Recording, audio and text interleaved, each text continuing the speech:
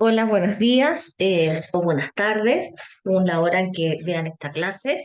Hoy vamos a hablar sobre virus diarreogénicos, cuál es su estructura, su impacto en la salud humana. Primero mencionarles que esta es una pequeña tablita en la cual podemos ver la comparación de las características morfológicas y las características epidemiológicas de los tres principales virus que producen síndromes diarreicos, principalmente síndromes diarreicos agudos. Tenemos rotavirus, que es el agente más importante, causa de diarrea aguda y hospitalizaciones en niños menores de 5 años. 30 a 50% de las hospitalizaciones. También son causa importante de consultas de urgencia y ambulatorias. Adenovirus principalmente posee ADN, a diferencia del rotavirus, que es un virus de RNA. Incluye algunos serotipos y en general produce diarreas agudas que pueden ser agudas o prolongadas, asociadas también a veces a síndromes febriles y que habitualmente son endémicas durante el año. Astrovirus, que también es un virus ARN, que también causa diarrea en niños menores de 5 años y también puede producir diarrea en los ancianos. Y por último tenemos norovirus, que recientemente se ha asociado a brotes y principalmente aparece como brotes en cruceros, dentro de hospitales, en instituciones como escuelas y que se asocia también a la ingesta de bivalvos. Con respecto a rotavirus, esta es la estructura que vemos acá a mano derecha. Tiene muchas proteínas que se llaman BP o viral proteins que tienen funciones específicas. Su forma viene de la forma de rueda de carreta, por eso se llama rotavirus, que viene del latín rota. Son virus sin envoltura que tienen dos cápsides y el hecho de que no tenga envoltura le da bastante estabilidad en el medio ambiente. Eso quiere decir que eso también favorece la transmisibilidad. Tiene un genoma característico que está segmentado, son pedazos de ARN bicatenarios que codifican para sus proteínas estructurales y también proteínas no estructurales. Y tiene dos viral proteins, que son la 4 y la 7, que son las que tienen un rol bastante importante en lo que se refiere a la absorción y penetración de los virus en las células del intestino. Es un virus, como les dije, estable al medio ambiente, lo cual le da la característica de la contagiosidad, lo que se refiere al contacto. Y existen 7 grupos denominados entre la A a la G, y el grupo A es el que afecta principalmente a los niños. Con respecto a la patogénesis de los virus diarreogénicos, les voy a explicar solamente el del modelo del rotavirus, que es el más conocido. La vía de infección es fecal-oral, pero también recordemos que, como les dije en la diapo anterior, como es un virus que no está cubierto, es muy estable en el medio ambiente, por lo tanto el contacto directo también es una forma de contagiarse. Y lo otro que es importante es que con dosis pequeñas se contagia. Sobreviven al pH ácido del estómago, que sabemos que es un pH que es tremendamente ácido y muy, ¿cómo se llama?, nocivo para todo tipo de estructuras vivas. Tiene un tropismo específico por las células intestinales. Acá podemos ver cómo interactúa con las vellosidades y se interioriza a través de sus partículas que tienen participación en la absorción y prevención.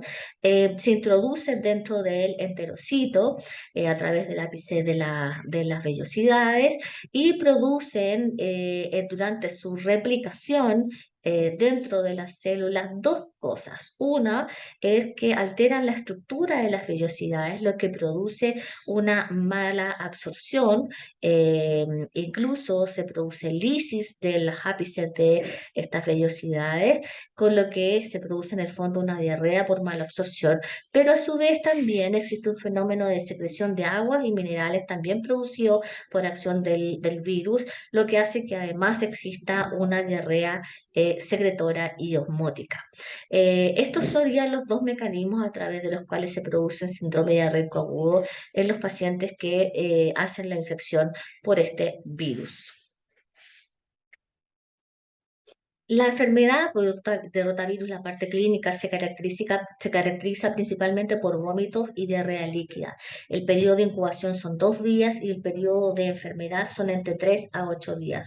Con frecuencia también se puede asociar a fiebre y dolor abdominal y hay otros síntomas que también se pueden asociar como el compromiso del estado general y deshidratación. La deshidratación es la causa frecuente de hospitalización en los cuadros por rotavirus. ¿Y qué es lo que incluyen los síntomas de deshidratación? Sequedad de mucosa, los niños pueden llorar sin lágrimas o con muy pocas lágrimas, somnolencia, irritación también puede producir oliguria, o sea, falta de orina y principalmente por hipovolemia secundaria a, en el fondo, la deshidratación, hasta shock hipovolémico en el caso del extremo de la deshidratación. ¿Los niños pueden enfermarse por rotavirus efectivamente más de una vez? Sí, ya que ni la vacuna ni la infección adquirida en forma natural proporcionan inmunidad total contra infecciones futuras. Los niños, eso sí, suelen presentar síntomas más graves la primera vez que se enferman y también en la medida que son más pequeños.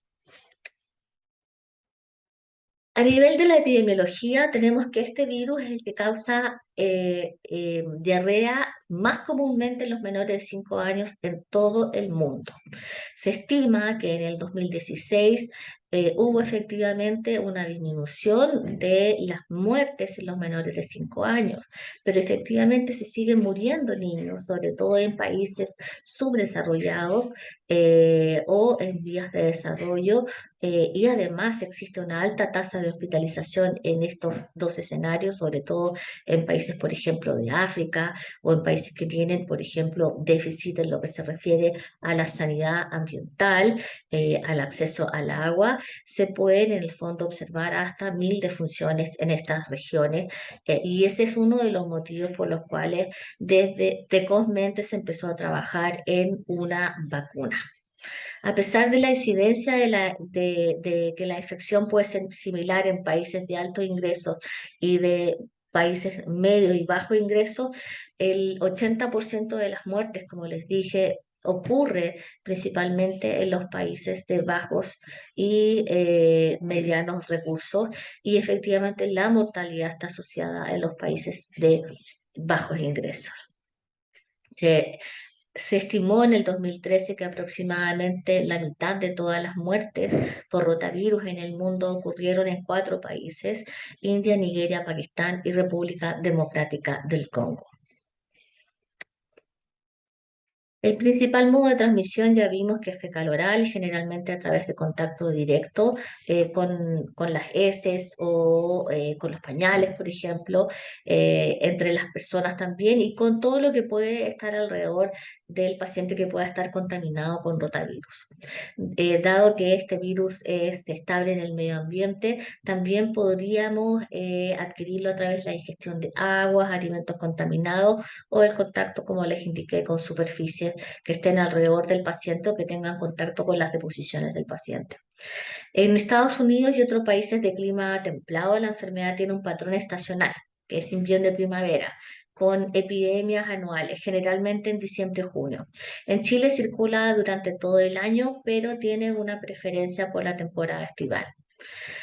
Las tasas más altas de la enfermedad ocurren en los niños pequeños, en los bebés, y la mayoría se infectan antes de los 5 años. Los adultos también pueden infectarse, pero en general llegan a tener infecciones más leves. Aquellos que efectivamente pudieran dentro de los adultos tener infecciones con mayor compromiso son los inmunosuprimidos y los ancianos. ¿Cómo se hace el diagnóstico? El diagnóstico se hace con una técnica rápida, que es un test de inmunocromatografía o lo que llamamos test PAC, que es muy parecido al test del embarazo. Acá podemos ver un ejemplo de rotavirus en que se pone la muestra, se mezcla con un buffer la muestra de deposiciones. Esta en el fondo se transfiere a un papel de nitrocelulosa y obviamente aquí tenemos la C de control y la T de test. Si se marca la T de test, quiere decir que se encuentran antígenos de rotavirus en esa muestra de posición y por lo tanto el test está positivo. Este es el método más común a través del cual se realiza el diagnóstico, es sensible, es barato y es bastante específico. Y cada vez se ha ido incorporando también, sobre todo en formatos de diagnóstico múltiple, en el caso de un síndrome de riesgo agudo, la biología molecular también. En personas con el sistema inmunitario sano, la enfermedad se resuelve bastante espontáneamente. Como les decía, antes de 10 días está resuelta. La infección natural produce un aumento de anticuerpos de tipo IgG, IgM e IgA, además de IgA en mucosa.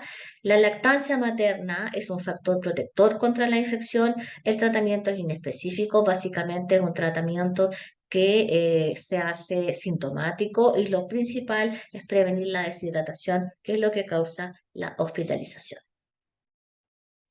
¿Cómo se previene? Un poco ya comentamos que por ser una causa importante de hospitalización y de consultas, precozmente se trabajó en una vacuna y efectivamente existen disponibles vacunas. Estas vacunas cuando son administradas dentro del primer año de vida proporcionan entre un 85 y un 98% de protección contra una enfermedad grave y contra la hospitalización por rotavirus. Hay 4 vacunas disponibles autorizadas por la OMS para uso humano. 2 de estas vacunas son monovalentes, o sea, son para un tipo, y 2 pentavalentes contra 5 tipos. En Chile la pentavalente disponible contiene 5 virus que se llaman virus quimera o virus recombinantes, que son recombinantes bovino-humano, y la monovalente es de una cepa específica de virus, de rotavirus, que es atenuado.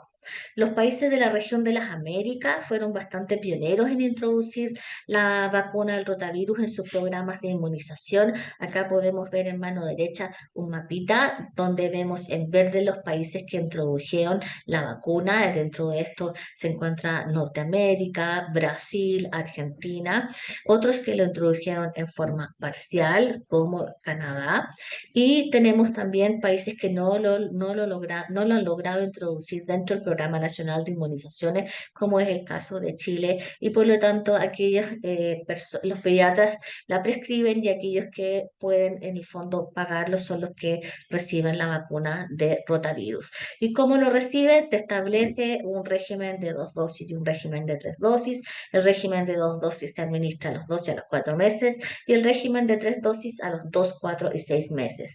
Se supone que estos regímenes son los que favorecen la inmunización temprana justamente en las edades que nos interesa que los pacientes no tengan morbilidad y mortalidad por síndrome de riesgo agudo asociado a rotavirus. Con respecto a algunas palabras a norovirus, norovirus es de el grupo de los calicivirus humanos, es un virus de ARN simple, es un virus de verdad que tiene pocas proteínas virales, pero son altamente efectivas. También produce síndrome de riesgo agudo en niños y en adultos, no específicamente en niños. Ojo, esto es importante a cualquier edad. Se asocia al consumo de agua, alimentos contaminados, principalmente mariscos bivalvos crudos o mal cocidos, y una de las características epidemiológicas es su aparición en brotes, y produce habitualmente brotes en instituciones, por ejemplo en cruceros, en colegios, en restaurantes, en hospitales. El diagnóstico también es por inmunocromatografía, es el mismo sistema que vimos en relación a rotavirus, son bastante frecuentes, y como la asociación de los virus de reogénicos también es un diagnóstico diferencial en el caso del síndrome de riesgo agudo de origen viral, muchas veces vamos a encontrar estos formatos de paneles de diagnóstico por inmunocromatografía en el cual tenemos los virus que producen diarrea más prevalentes a nivel mundial, que es rota, adeno, astrovirus y norovirus. La clínica es muy parecida a de cualquier síndrome de riesgo agudo, fiebre, diarrea y vómitos, escasamente produce deshidratación, pero lo que sí es importante es la transmisibilidad y la aparición en brotes. Con respecto a los astrovirus, viene del grupo familia Astroviridae, también es un virus ARN y se llama astrovirus por la característica de parecer una estrellita. La infección es principalmente por vía fecal oral y ocasionalmente produce brotes. Afecta principalmente a niños y al parecer la inmunidad perdura en los adultos y es por eso que es infrecuente que se presente en los adultos. Como cualquier síndrome diarreico agudo, se presenta con diarrea, malestar, cefalea, fiebre, náuseas, vómitos. El cuadro es bastante típico, pero es de un síndrome diarreico agudo, pero es absolutamente autolimitado y no dura más de 5 días. Y el diagnóstico, como les indiqué, es por inmunocromatografía o por PCR, siendo el bastante sensible y asequible y económico para uso en los laboratorios el test rápido de inmunocromatografía. Entonces aquí, por ejemplo, tenemos en este test que ustedes ven aquí cómo existe restos de deposición, se probó rotavirus, adenovirus, astrovirus y norovirus, y el que salió positivo es adenovirus en el caso de este, que es el que tiene la rayita roja donde dice test de resultado. Con respecto a los adenovirus entéricos, de los virus diarreogénicos, este es el único que tiene material genético tipo ADN de doble hebra. Hay dos serotipos que frecuentemente son los que producen diarrea, que es el 40 y el 41. Recordemos que también existen adenovirus que producen y se asocian a cuadros respiratorios, pero estos son específicos que producen diarrea, por eso se llaman adenovirus entéricos. Son causa endémica de diarrea, o sea, se producen durante todo el año. Ocasionalmente se puede asociar a brotes también. Y la clínica es bastante típica: síndrome diarreico agudo, diarrea, malestar, cefalea, náuseas, vómitos y puede producir un poco de fiebre. Este virus, a diferencia de los otros virus diarreogénicos que son bastante más cortos y autolimitados, habitualmente no pasan más allá de 8 días, puede producir diarreas un poquito más prolongadas que pueden durar hasta 2 semanas, con fiebre que también se puede prolongar un poco más de lo habitual, que a diferencia de las diarreas producidas por los otros virus diarreogénicos que mencionamos en esta clase. Las medidas de prevención general, o sea, que son transversales para todos los virus diarreogénicos, son las medidas de higiene básica ambiental, también las medidas de higiene personal, como el frecuente lavado de manos. En el caso, sobre todo después de la manipulación, por ejemplo, en el caso de los bebés o de los nenes más chiquititos que usan pañales, las mamás deben, o el que maneja el pañal, deben lavarse muy bien las manos porque esa es una forma muy frecuente de transmisión. En el caso de los norovirus, evitar el consumo de mariscos crudos o mal cocidos. En el caso de los brotes, también identificar precozmente un brote en el fondo para poder sacar a esas personas de circulación y evitar en el fondo que se sigan contagiando más personas. El uso de agua hervida para consumo cuando no existe acceso de agua potable, algo que a nosotros nos parece tan sencillo como el acceso al agua potable, en otros países no es sencillo y por lo tanto claramente las diarreas son una de las patologías que tienen alta prevalencia por la falta de agua potable. Los virus entéricos también son prevalentes en países desarrollados, ¿ya? A pesar de tener acceso a todos los otros elementos anteriores, hay medidas de higiene ambiental básica, a alcantarillado, a agua potable, por lo que constantemente se plantea el uso en los programas nacionales de inmunización, sobre todo de vacunas. Entonces, el tema de las vacunas en los virus diarreogénicos siempre es un tema que se está planteando por la prevalencia y es por eso que se ha logrado incorporar en varios países la vacuna del rotavirus, principalmente para disminuir la morbilidad, la hospitalización y la mortalidad asociada a este patógeno en la población pediátrica principalmente. Eso es lo que tenía para contarles. Muchas gracias y cualquier cosa o dudas me escriben a mi mail.